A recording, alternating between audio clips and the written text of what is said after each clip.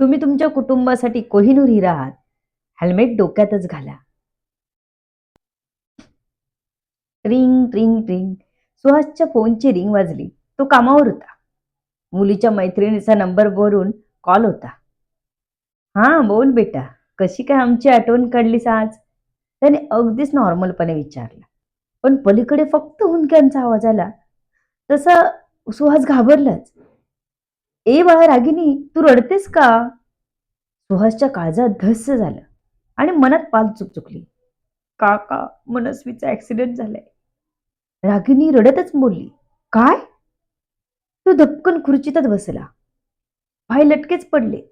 सुहासला 2 मिनिटं आपल्या कानांवर विश्वासच बसेना. आपण ऐकतोय ते बरोबर आहे ना? धक्का बसला होता त्याला. छातीवर हात ठेवून तो पुढचं बोलला.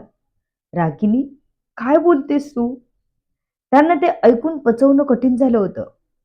"होय काका, तिला आम्ही हॉस्पिटलमध्ये ॲडमिट केलंय. तुम्ही या ना हॉस्पिटलमध्ये." रागिनी रडतच बोलत होती. ती खूप रडत होती. सुहासला बोलताना ऐकून त्याचे 1-2 मित्र त्याच्या भोवती जमा झाले लगेच. "सुहास, काय झालं? तू एवढा का घाबरलास?" मनोजने विचारलं.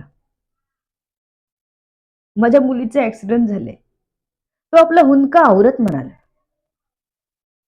बाप असणं तेही एका मुलीचं सोपं नसतं. तळ हाताच्या फोडाप्रमाणे तिला सांभाळलं होतं त्याने. तिच्या नाजूक पावलांचा प्रवास त्याच्या डोळ्यासमोरून क्षणार्धात गेला आणि तो धडपडत उठला. तो बाप होता. त्याला तिथे पोहोचणं गरजेचं होतं. त्याला इथेच रडत बसून नाही चालणार होतं. तो तसाच घाई करत रागिणींनी सांगितलेल्या पत्त्यावर 2 मित्रांसहित पोहोचला. स्वतःच्या काकीला फोन करून त्याने बायकोला हॉस्पिटलमध्ये घेऊन यायला सांगितलं.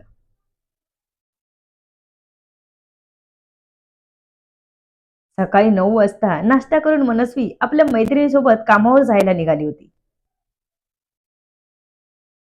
काय माहित आजच्या दिवशी तिच्या नशिबात काय लिहिलं होतं? ती आई-बाबांना बाय करून खुशी-खुशी मैत्रिणीच्या मागे स्कूटीवर बसून कामावर निघाली. दोघी अगदी जीवश्य, कंठस्थ मैत्रिणी होत्या. रागिनी आणि मनस्वी. दोघींकडे स्कूटी होती. पण कधी ही घेऊन जाई आपली स्कूटी, तर कधी मैत्रीण घेऊन जाई. आज मैत्रीण चालवत होती आपली स्कूटी. तिला हेल्मेट घालायची काही गरज वाटली नाही. मागेच तर बसली, कशाला हेल्मेट घालायला पाहिजे? असा विचार करून तिने काही हेल्मेट घातलं नाही डोक्यात.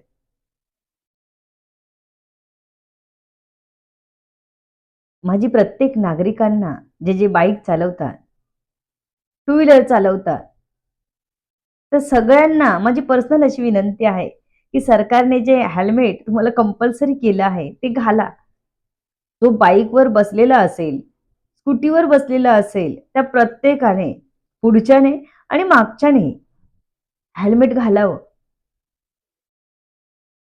त्या रस्त्याने चालल्या होत्या. समोरून येणारा टेम्पो ओव्हरटेक करताना दिसला. रागिणीने स्कूटी आपली साईडला घेतली, पण थोडीशी डगमगली ती. डिवायडरला आपटून लगेच कलंडली. मनस्वीला नेमकं आपल्यासोबत काय झालं हे कळायच्या आतच ती खाली कोसळली आणि तिच्या डोक्याला जबरदस्त मार लागला. समोरून येणाऱ्या टेम्पोनेही तिला धडक देऊन गेला. तिला रक्ताने माखलेली निपचिप पडलेली बघून रागिणीचं हृदय 2 क्षण थांबलंच. तिने जोरात मनस्वीला आवाज दिला. आपल्या खिशातून फोन काढून तिने ऑफिसमधल्या फ्रेंड्सना बोलावलं. तेही अगदी तिथे दुसऱ्या मिनिटाला हजर झाले. मनस्वीची अवस्था बघून सर्वांचं हृदय हेलावून गेलं. तिला बघून प्रत्येकाच्या डोळ्यात पाणी होतं. "मनू, उठ गं." रागिनी तिला हलवून उठवत होती. देवाकडे एकच मागणं मागत होती. "माझ्या मनूला बरं कर." हॉस्पिटलमध्ये पोहोचेपर्यंत खूप रक्त गेलं होतं. हॉस्पिटलमध्ये घेतच नव्हते. पण कामावरच्या बॉसच्या ओळखीने एका हॉस्पिटलमध्ये ॲडमिट करून घेतलं होतं.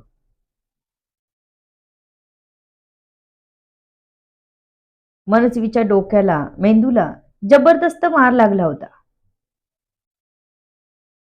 हा हा म्हणता सगळ्या नातेवाईकांमध्ये ही बातमी पसरली आणि सगळे नातेवाईक तिथे दाखलही झाले. मनस्वीला ऍडमिट करण्यात आलं आणि आपल्यामुळे मनस्वीची ही अवस्था झाली म्हणून रागिणीने प्रचंड शॉक घेतला की तिलाही ऍडमिट करावं लागलं. आई बाबा पोचेपर्यंत मनस्वीच्या शरीरात जीव होता, धाकधूक होती. त्यानंतर मात्र तिने प्राण सोडले.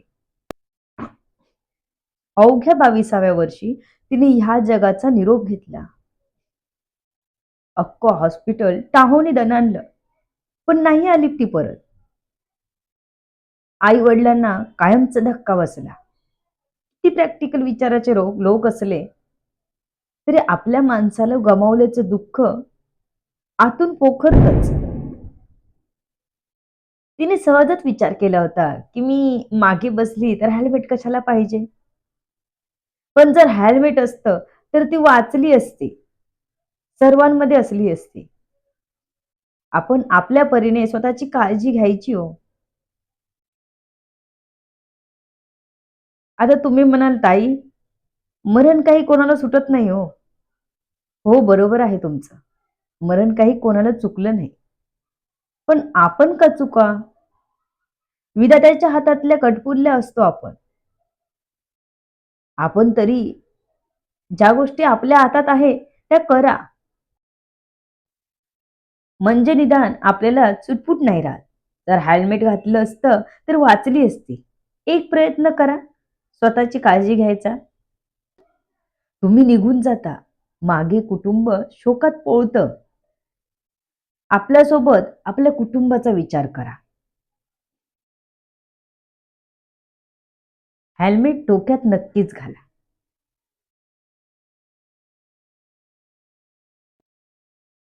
काय?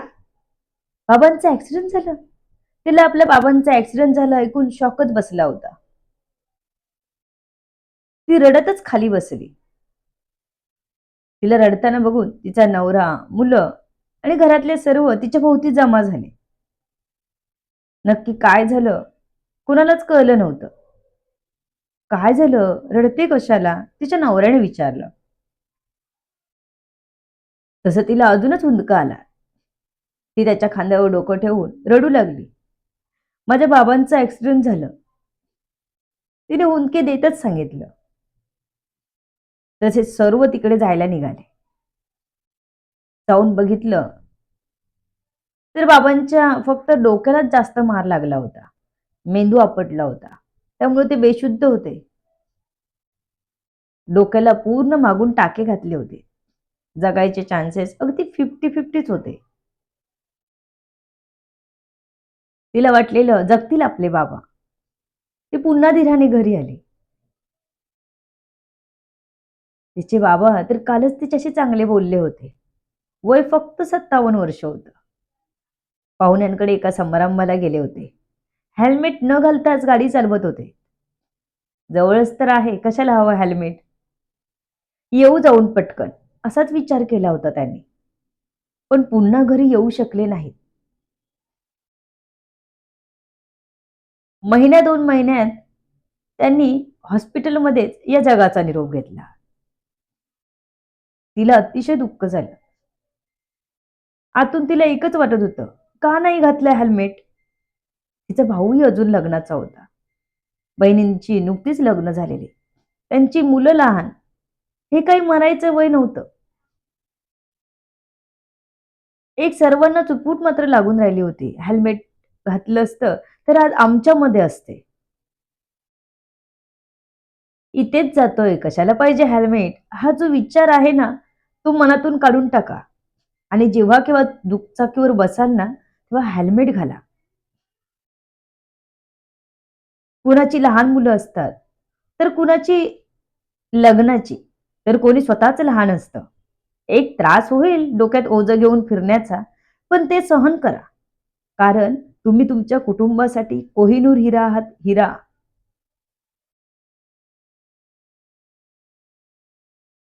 अगदीच जवळच्या दोन्ही घटना आहेत. ह्याने आम्हीही थोडे हादरलो होतो. जवळच्या व्यक्तीचे होणारे हाल बघितलेत डोळ्यांनी. सगळी घडी विस्कळीत होते. त्या दिवशी सहज अर्नाळा रस्त्याने येताना बघितलं. जवळजवळ 40 ते 50 लोक आमच्या गाडीच्या मागून बाईकने येत होते. आणि सांगायची गोष्ट म्हणजे एकानेही हेल्मेट घातलं नव्हतं. हे सत्य मी माझ्या डोळ्यांनी पाहिलं आणि हा लेख लिहायचं माझ्या डोक्यात आलं. लेख आवडल्यास खूप शेअर करा की प्रत्येकाने हेल्मेट घातलं पाहिजे. हे विश्व सर्व सुखी असावे. त्यासाठी थोडा हातभार लागला या लेखातून तर उत्तमच. लेखिका शब्दवेदी उर्फ संतोषी गजानन राणे पाताळे. धन्यवाद. हा लेख जास्तीत जास्त लोकांपर्यंत शेअर करा.